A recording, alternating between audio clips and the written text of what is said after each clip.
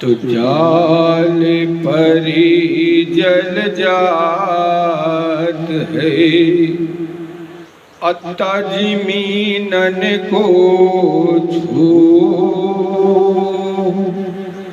और रही मन मछली ताब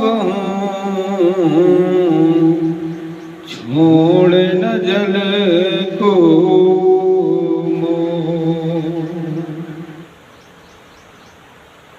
प्रेम की महिमा अनुपम है। यूं तो हम क्षणिक आवेश, निजी स्वार्थ और मोह माया तथा लोभ में पड़ करके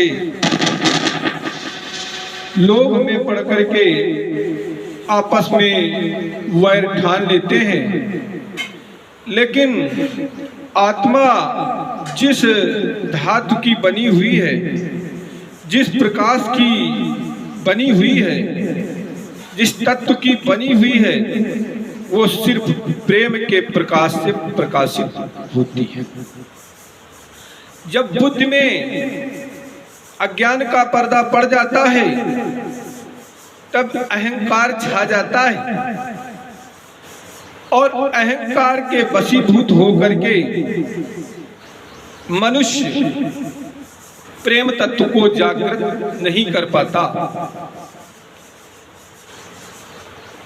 गोपियां का प्रेम भगवान श्री कृष्ण के प्रति स्वाभाविक रूप से जागृत हुआ।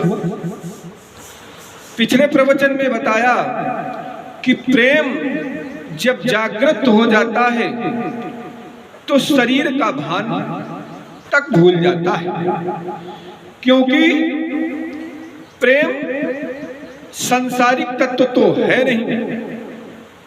देह से प्रेम होता नहीं, तो जब प्रेम उत्पन्न होता है तो मनुष्य देहा भान भूल जाता है।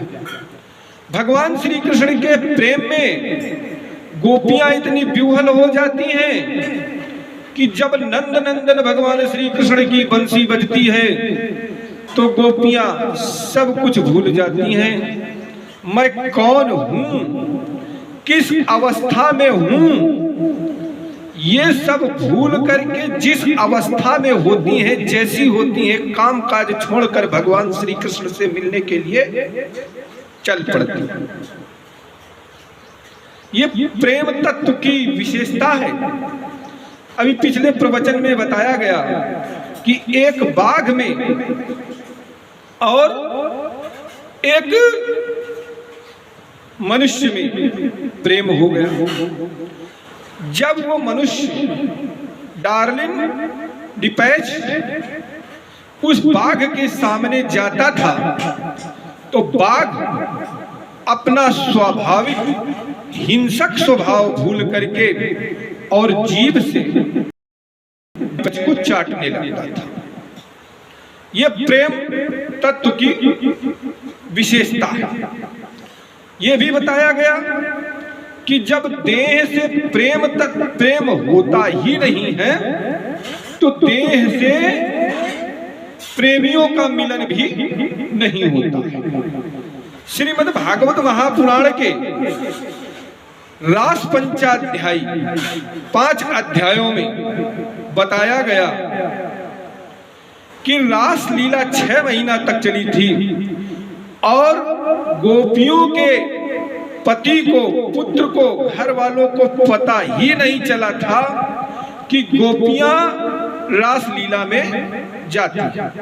कारण यह था कि गोपियों का तो शरीर वहीं रह जाता था, केवल आत्मा से परमात्मा का मिलन होता था। यह है भगवान श्री कृष्ण की प्रेम लीला।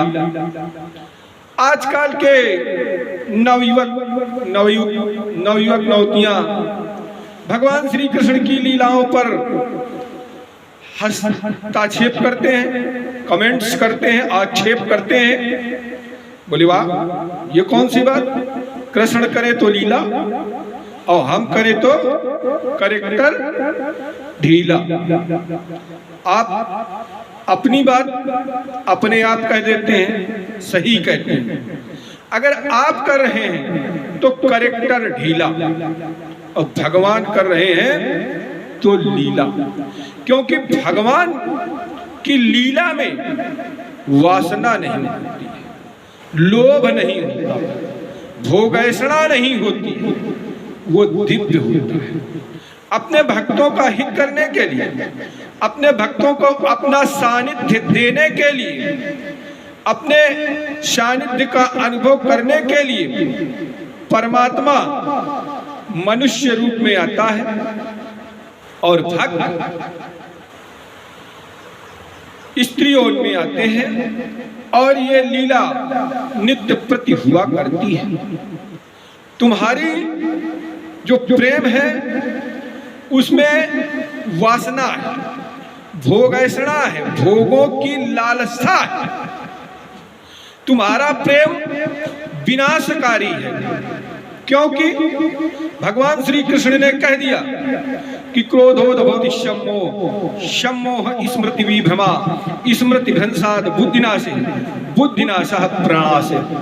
मनुष्य क्या करता है, किसी वस्तु को देखता है, देखने के बाद उसमें उसकी आसक्ति उत्पन्न हो जाती है। अब हम स्पष्ट ही कर दें, किसी नवयुवक ने किसी नवयुवती को देखा, भोगैषणा उत्पन्न हुई, भोगों की इच्छा उत्पन्न हुई, फिर आसक्ति उत्पन्न हो गई। ये स्त्री, ये युवती हमको मिलनी चाहिए। अब कामना में जब विघ्न पड़ा तो क्रोधोद्भवत्, अगर वो नवयुवती नहीं मिली तो क्रोध उत्पन्न हुआ। बड़ी मेहनत किया, बड़ी परिश्रम किया, बड़ी चालबाजी किया और ये हम भोग हमको नहीं मिला, हमको नहीं मिला तो हम दूसरे को भी भोगने नहीं देंगे। मूढ़ भाव उत्पन्न, फिर क्या उत्पन्न होता है, मूढ़ भाव। आसक्ति, आसक्ति में से कामना, कामना में विघ्न पड़ने से क्रोध, क्रोध से मूढ़ भाव, मूढ़ भाव से स्मृतिनाश, स्मृतिनाशा बुद्धिनाशा, बुद्धिनाशा प्रणाशे। तो तुम्हारा जो भोगैषणा का प्रेम है वो तुम्हारा विनाशकारक है। नवयुवती नहीं मिली, क्रोध बढ़ा, क्रोध में उसकी हत्या कर दे तो जीवन बर्बाद हो, जीवन नष्ट। अगर प्रेम करना चाहते हो तो प्रेम की परिभाषा, प्रेम की विशेषताएं, प्रेम के गुण सीखो। प्रेम कभी ये नहीं कहता कि प्रेम दो शरीरों का होता है, आत्मा का होता है। किसी से आप प्रेम करते हो, आप प्रेम करिए, आत्मा से करिए, आत्मा से उसका हित चिंतन करिए, आत्मा से उसको चाहिए। और जब हम मनमाने तरीके से उस भोग को प्राप्त करने की प्रयास करेंगे तो फिर विनाश तो होगा ही। तो भगवान करे तो वो लीला है, तुम करो तो वो गलत है। भगवान का जूठा भोग होता है, प्रसाद होता है, तुम्हारा जूठा जूठा होता है, तुम्हारे कर्म कर्म होते हैं, भगवान की लीला लीला होती है। आखिर अपने आप को भगवान की बराबरी में क्यों रख रहे हो? भगवान